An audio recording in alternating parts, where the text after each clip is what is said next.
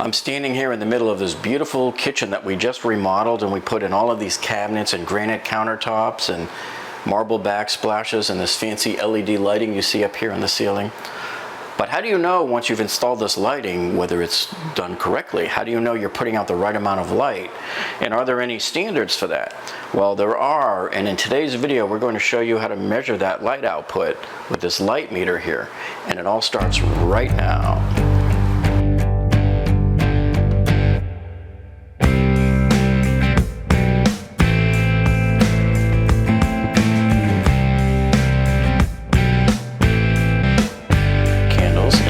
As we slowly head backwards, it's going to drop. Hey everybody, Jeff here again, and welcome back to the channel. And if this is your first time here, and if you want to up your game and learn how to remodel your house and handle all sorts of engineering difficulties around your house and repairs, make sure you click on that subscribe button down below there. And when you subscribe, make sure you click on the bell icon next to it so that you will be alerted every time we upload a new video for you. Okay, so to take these measurements today, we're going to be using this Amprobe LM200 LED, and this is a light meter, and I'll put a link to this down in the description for you, so you can check this out on your own. So the way this light meter works here is you pull the cap off of the sensor there, and you lay it down flat, and you're measuring all of the light that's coming down to hit the counter here. Well, how do you know what you're measuring and what should it be? Well, we'll talk about that in a minute. But basically you turn on your light meter here, and then we're going to set the range here to below 300 foot candles. So everything we're going to be measuring here is going to be in foot candles. So you can see right here in this particular spot on this counter here, we're measuring about 55 foot candles. So this is on a pass-through right here between the kitchen and the dining room. And so there's ambient lighting here in the kitchen over this way on the ceiling, but right above us is actually a sconce light for the dining room. So if I were to turn off that sconce light, you can see what happens here is it goes from 54 foot candles there and drops down to about 39 foot candles. So if we kind of pan out and take a look there, and we'll turn the light back on, you can see it goes back up again. And make sure that you're measuring correctly. So this particular light meter is made for measuring LED lights. And these are LEDs. These can only be used on LEDs. So make sure you're doing the right thing. Okay, so a few months ago I uploaded a video called Kitchen Light Spacing and what the best practices were and how to space all of your kitchen lights. Well, the problem was I got a lot of flack from industry insiders and lighting designers and saying, oh, yeah, you should hire a professional lighting designer and everything you said is wrong, Jeff, and this and that and the other. But I think the problem they all missed out on was that this is a $60,000 condo.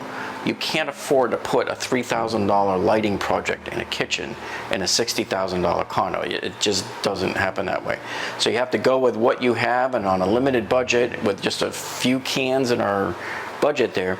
So I'm going to show you here today why we did what we did. So if you look up here, you can see what we originally did in our video that got everybody so all uptight was I have these 4 LED lights up here. These are half-inch thick LED disc lights. And these lights here, instead of doing the normal spacing that the builders give you, which is usually 18 to 24 inches off the back wall, I put mine 36 inches off the back wall. Because my complaint all along in most kitchens, which I showed, and you'll see some of the footage here too, is that I showed how when they place the lights too close to the front of the cabinet, you get a lot of glare that you don't want. And then you get a lot of harsh, dark shadows here under your cabinet. Okay, now here's another example of a property we were working on here with bad lighting design. So if you look here in the kitchen here, you can see the shadow on the counter, and the shadow is pretty much right under the cabinet here. Whereas if you remember a few seconds ago, I showed you in the kitchen I just finished working on how I had bright light going all the way back to the corner.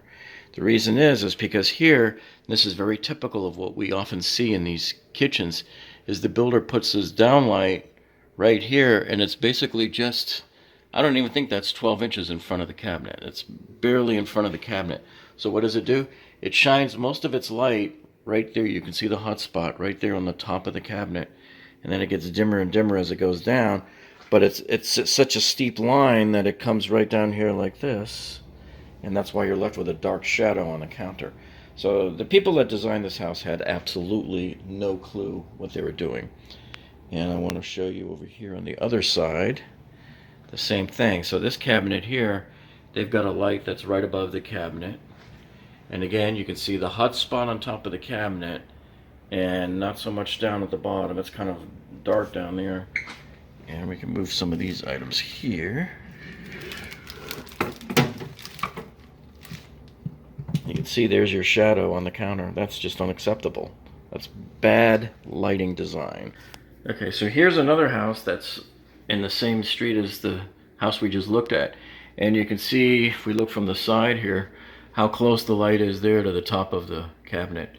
And if you look down, you can see the shadows that it puts. I mean, these are deep dark shadows right underneath the counter there, because the light shines practically straight down.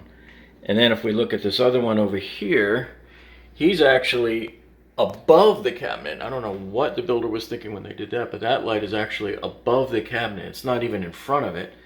It's over the top of it. And it also leaves pretty good sized shadow as well there. So everything you have under your cabinet is dark and you really can't see what's going on back there. So what I proposed was moving it out 36 inches from the wall.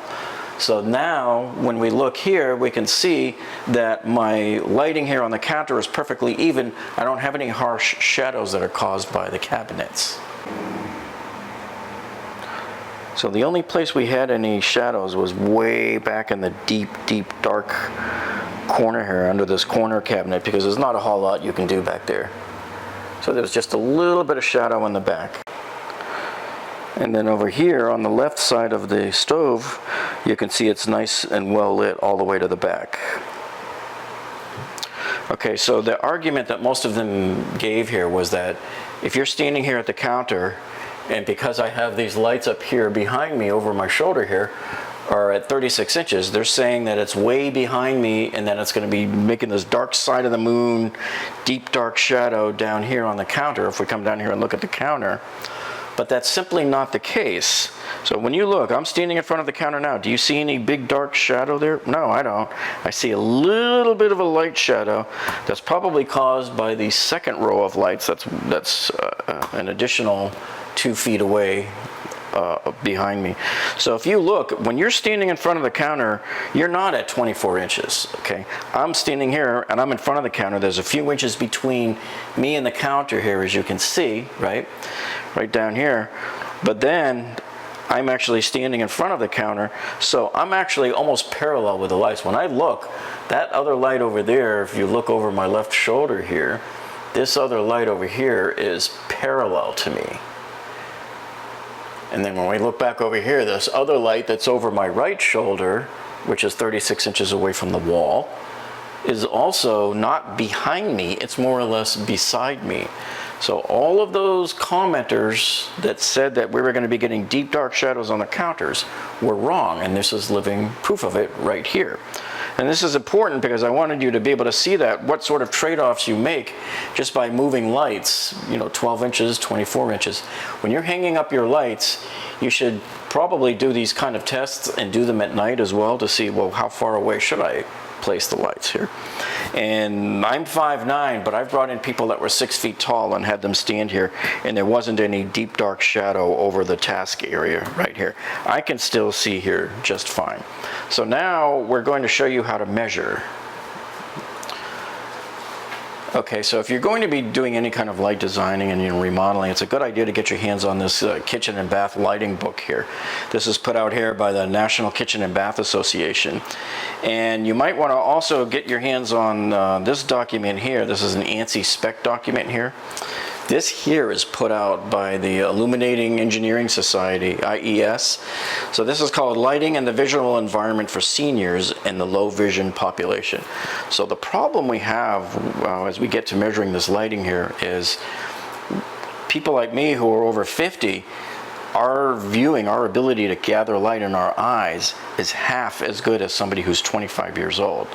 Somebody who is 70 years old, their ability to gather light is even worse. So we need brighter lighting as we age. And that's what they're basically talking about in here. So in here, in this ANSI spec here, they have a whole chart here. And in this chart, they show you how much light we should be seeing on the kitchen counter. Now keep in mind, these are recommendations. They're not building code or anything. These are just recommendations that some of the smarter people in the industry have come up with over the years after much testing to determine how bright should the light be. So as we look here on their chart, it shows here, like in the kitchen area, the minimum foot candles should be 20, and on the preparation counters, the minimum should be 50. And on your dining table here, they should have a minimum of 50 foot candles of light. So we're going to go around in different spots on the kitchen counter here and measure this and see whether this meets these specs here that both the IES and the National Kitchen and Bath Association, they both recommend these levels. So anyway, in the description down below, I'll put links to the book and to this ANSI spec with the table in it. Also, I will put a link down in the description below to other articles. The other article from Doug Walter, who I believe he's an architect, but he had sent me this article to look at. And in his article, he refers to an educator named Phil Richards, who he uses the formula of whatever your age is plus 20 as the minimum foot candles. And that sounds like a pretty reasonable amount. So if your age is 50, you should be looking for 70 foot candles to be on the counter on the kitchen here. Okay, so we're starting here on the kitchen counter by the sink. And when you take your light value readings here, remember that the closer you are to the light, which would be this way, the brighter it's going to be. As you move away from the light, it's going to get dimmer, of course, so you're going to have fewer foot candles. So, and when you take your reading, you want to step back and make sure that you're not blocking the sensor by creating a little shadow. So if you can see, if I step right in front of it, you might see it darkens up a little bit. And it really does have a huge effect. I can lose 10 foot candles right there just by making my shadow there. See that? All right, so right here I've stepped back. And you can see we're right here at the corner of the sink here. So we're almost halfway between two lights. So this would theoretically be one of the dimmest spots to stand. But you can see we're at 37.6 foot candles. Now what happens as we start to move the sensor back further away towards that backsplash? You can see it's starting to drop because we're getting further and further away from the light, see? So all the way back here, we're pretty close to 25 foot candles. And as you can see, they recommend 50 foot candles. So are we violating some big law here? Or are we violating building codes or anything? No, we're not. This is a recommendation.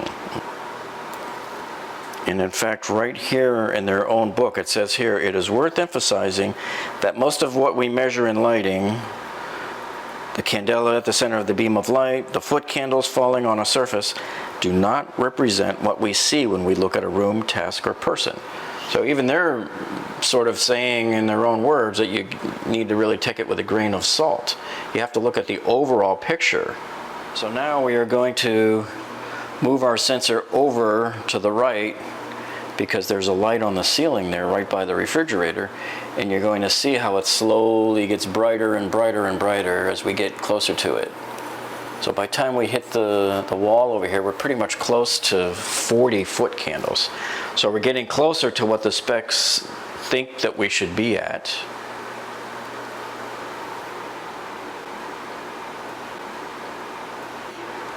Okay, so now we're going to be just taking it off the counter and just measure the output of the light as we get underneath the light. So here you can see I'm already at 56 foot candles as I get closer in between these two lights that are on the ceiling.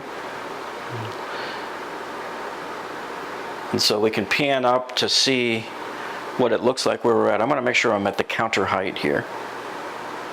So as we pan up to see the lights, you can get an idea for the relationship here of where I am in relation to the lights. So I'm trying to get right directly under them to see what's the maximum brightness here.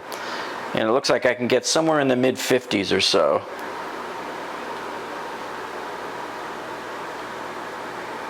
And here I've just got it setting down right here on the floor. And you can see we're looking at about 28 foot candles on the floor. So at least that part is meeting the spec. It's exceeding the spec of 20, what they had in the recommendations there. All right, so here we are at the left edge of the sink now, and we're at 32 foot candles, and you can see as we slowly head backwards, it's going to drop. It'll probably drop all the way down into the teens. No, actually we got lucky. It stayed in the 20s there. Okay, and then as I try to stay out of the way of not making a shadow here. You see we're in the low 20s over here too. But I want to see what does it look like when I go back into no man's land back there into that deep dark shadow. You can see it drops down to like 8 or 9 foot candles in a hurry. So usually in this type of environment in a more expensive kitchen, you would have under cabinet lighting. But again, in this $60,000 condo, you can't spend the extra grand or two that it might cost you to have an electrician come in, run all sorts of wiring back to the panel there for the under cabinet lighting, and then the inspections and everything. So you're looking at a couple of $1,000s, and each fixture that you have to put up is very expensive for the type that you need to have for under cabinet lighting. Okay, so because we didn't put in an expensive under cabinet lighting here, what I did do, I'll show you underneath in a second, we got some very inexpensive, cheapy little battery operated LED lights that operate off of a remote control here. So I can turn them on and that'll give you a teeny bit of light, not a lot. It's not like you normally expect to see with those bright halogen under cabinet lights, which I don't believe in using the halogen anyway. But you push the button here and you can see how the lights come on behind me. So now let's take another reading here and see what we get back in there. So now it jumped us up to about 11 to 12. So it helps a little bit, and it doesn't look like it by looking on the light meter there. It doesn't look like you gained a lot, but I can tell that it does light up the area back in there, including especially on the back walls here. So let's take a look at what we did there. So you can see what we did. See, they're just basically sticky mounted onto the bottom of the cabinet. And I try to mount the LEDs as close to the front as possible of the cabinet. I can't stand it when I go into a kitchen and I see where they spent all of this bucks with an electrician who put in these big old bright halogen lights, and what do? They mounted them towards the back wall of the cabinet. So now you got these glaring hot spots off the backsplash, which is really bad if you have shiny marble like what we have right here. So here's the other cabinets here. Okay, so I also want to take measurements, knowing, well, what's the difference if we take the measurements during the daytime and if we take the measurements in the nighttime? I want to know how much ambient light is coming into this kitchen from outside and how much of that is contributing to all those foot candles that we're measuring. So let's do that right now. Let's take a look at the kitchen in the dark. All right, so let's see what it looks like when we turn the lights off. Okay, so that's how dark the kitchen is in the daytime. And let's see what sort of amount of light we're getting. Okay, so here we are in the darkened kitchen with no lights on, just the ambient light coming in from outside. And yeah, I do need to warn you too about this camera because I'm using a Nikon Z6 camera. And it's the most sensitive camera ever made probably, and it does really well in low light. So the camera's probably showing you this scene a lot lighter than it looks. Now, even though there's just some light coming in from outside and it's reasonably dark in here, we can still, comfortably see, around the kitchen here. But right now we're measuring only about 1 foot candle here on the counter from the daylight that's coming in. That's the equivalent of like moonlight, if you're outside in moonlight at night. And let's see if we go closer and maybe put it up here on the counter closer to the daylight, you're getting 3.7, 3.8 foot candles. So you can see that the ambient light coming in from outside, the daylight in this kitchen, even though it looks like it's a lot of light, it doesn't contribute as much to the foot candles as the intensity of this LED lights mounted up on the ceiling. Those lights are quite bright. Okay, well you just saw the data that we took, and even though it looks like we fall short of the foot candles needed to satisfy the guides there, what can we do about that? Well, would it help if we moved the lights straight over? Well, we saw from before, yeah, it probably would have, but I can tell you that what the experts recommend is they say that these lights here shouldn't be 36 inches from the wall. They say they should be 24 inches from the wall so that you can adequately light your task. So the counters here, they call them task zones, task areas, and you want those to be able to be well lit and without causing shadows. So the bottom line, folks, is whether you believe in my way of doing it or the other way of doing it, and I might even change in the future, we'll start experimenting. That's the key right there. Experiment. When you're setting up your lights, move them, put them at 36, put them at 24, put them at 12, and characterize what happens to your kitchen. There was a vast difference in what happens to all of your lighting in the kitchen when you move these lights from 36 inches off the back wall to 24 inches off the back wall, which puts you right over the edge of the counter here. Some people might even want to add task lights right in here, even to light up the sink and the back counter over here. But the idea here is to make sure that you experiment. Find the lighting that works for you and at the budget that works for you. Because I can tell you, if you're doing just a small kitchen like this, you're going to spend a lot of money if you have to bring in lighting professionals and rewire a whole bunch of things here. So you want to make sure you get it right.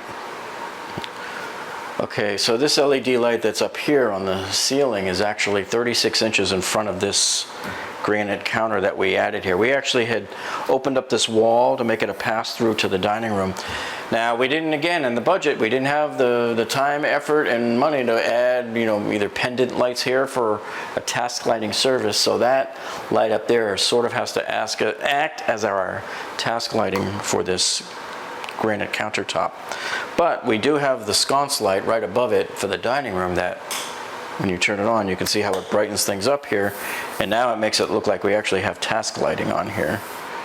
And if I stand in front of it, I don't really get any too much shadowing from the light behind me. Okay, so now as I stand in front of this counter here, you can see that this light above me right here, which is 36 inches away from the wall here, it's providing some amount of task lighting here for me.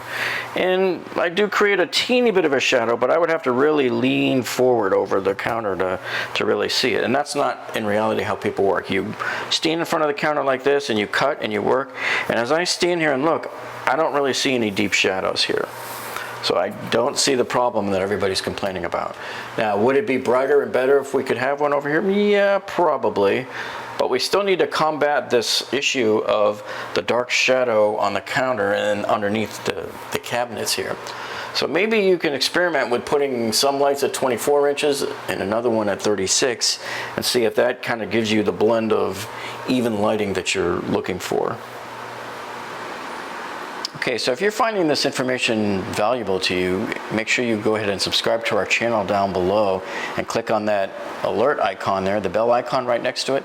That way you'll be alerted every single time we upload a new video, so you won't miss a single informative video. So some of the things I always prefer to use LED lights now. So these lights that we used here in this project here, these are LED wafer lights. They cost about $30 a piece.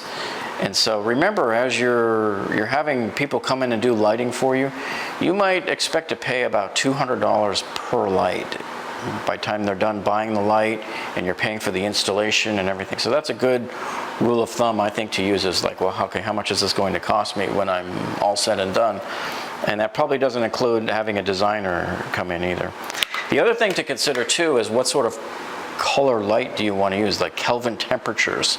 So if you're not familiar with that, the old incandescent lights that were sort of yellowish in color, those are about 2700 kelvins.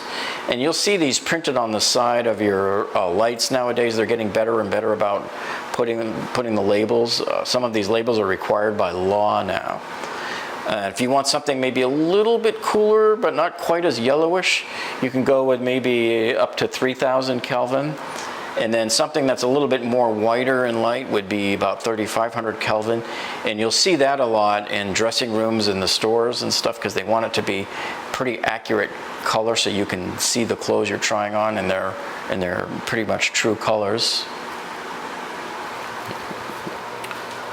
Okay, so remember we talked about how that spec says you want to see 50-foot candles on the counter, and maybe in the ambient areas of the kitchen, 20-foot candles. And you remember I mentioned in that article how they were saying a rule of thumb they like to use was they go your age plus 20-foot candles. That's another good gauge to go by. And if the light turns out to be too bright, you use dimmers to dim it back down to whatever level you want. And sometimes these LED lights can be really bright for people who have never had them before. We've gone in and replaced these types of lights into people's houses, and they're like, whoa, and it's like way bright when we're done. So sometimes you have to get a dimmer. And if you need to buy a dimmer for your LED lights, make sure you buy a specific dimmer that's made for LEDs. Do not just go into the store and buy any old dimmer, and don't think that if you have a dimmer already on your wall that you're going to use that, because those old style dimmers cannot be used with LEDs. And in fact, with whatever lighting you buy, I would check with the manufacturer on that and look in the owner's manual. Sometimes they'll give you specific dimmers that you can use with those LED lights. Those are the only ones that they recommend, because otherwise you'll have issues like flickering. Your lights are going to be doing this on you. You'll be hearing humming coming out of your dimmer. So make sure you get the right one for that light. Okay, now that it's dark out, we'll take another couple of readings here and see if there's any difference. Okay, so here we are, we're at 35. Pretty much no difference between the daylight and the dark. So the daylight doesn't seem to add a whole lot of foot candles when you're right under the focus beam here of the downlights. And we hope you enjoyed this video, and if you did, please give us a thumbs up below. That tells us that you like us. And don't forget to hit that subscribe button down below and click on the bell icon. That will tell you every time we get a video uploaded. And we hope you enjoyed this one, and we will see you next time.